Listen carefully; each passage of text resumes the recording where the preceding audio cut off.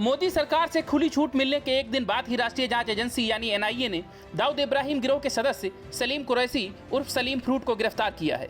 सलीम कुरैशी भगोड़े गैंगस्टर छोटा शकील का करीबी सहयोगी और रिश्तेदार है।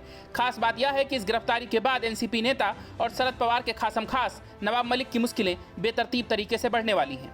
यही नहीं माना जा रहा है कि अब इस मामले की जांच नवाब मलिक के साथ साथ एनसीपी का भी खेल बिगाड़ सकती है। जानकार इसे एनसीपी मुखिया शरद पवार के लिए बड़ा झटका मान रहे हैं। गौरतलब है कि जेल में बंद नवाब मलिक को दाऊद इब्राहिम से जुड़े एक मनी लॉन्ड्रिंग के केस में इसी साल फरवरी में प्रवर्तन निदेशालय ने गिरफ्तार किया था। नवाब मलिक पर आरोप है कि उन्होंने दाऊद की बहन हसीना पारकर के ड्राइवर के साथ साठगांठ करके मुंबई के कुर्ला में एक प्लाट हड़प लिया। जांच एजेंसी ने इसी केस को लेकर 2 बार सलीम फ्रूट से पूछताछ भी की थी। ईडी को दिए अपने बयान में सलीम फ्रूट ने कहा था कि वो दाऊद इब्राहिम की बहन हसीना पारकर का करीबी सहयोगी था। हसीना कथित तौर पर पैसे कमाने के लिए विवादित संपत्तियों का निपटारा करवाती थी। ऐसे में सलीम फ्रूट का एनआईए के हत्थे चढ़ना नवाब मलिक की मुश्किलें बेतरतीब तरीके से बढ़ा सकता है।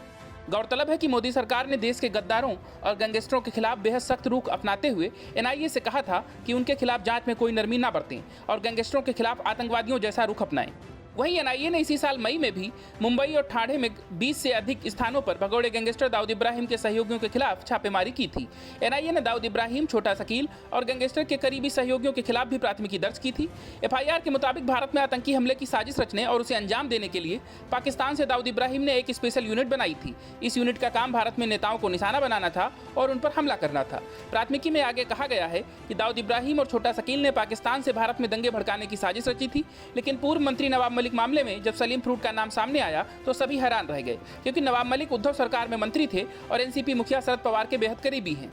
वहीं सलीम फ्रूट कथित तौर पर तस्करी, नशीले पदार्थों के आतंकवाद, मनी लॉन्ड्रिंग, आतंकवादी गतिविधियों के लिए धन जुटाने, संपत्ति पर अनाधिकृत कब्जा लेने और कुख्यात द्वारा लश्कर तैयबा, जैसे मोहम्मद और अलकायदा जैसे संगठनों को धन उपलब्ध कराने में शामिल रहा है। Bureau report, news of India.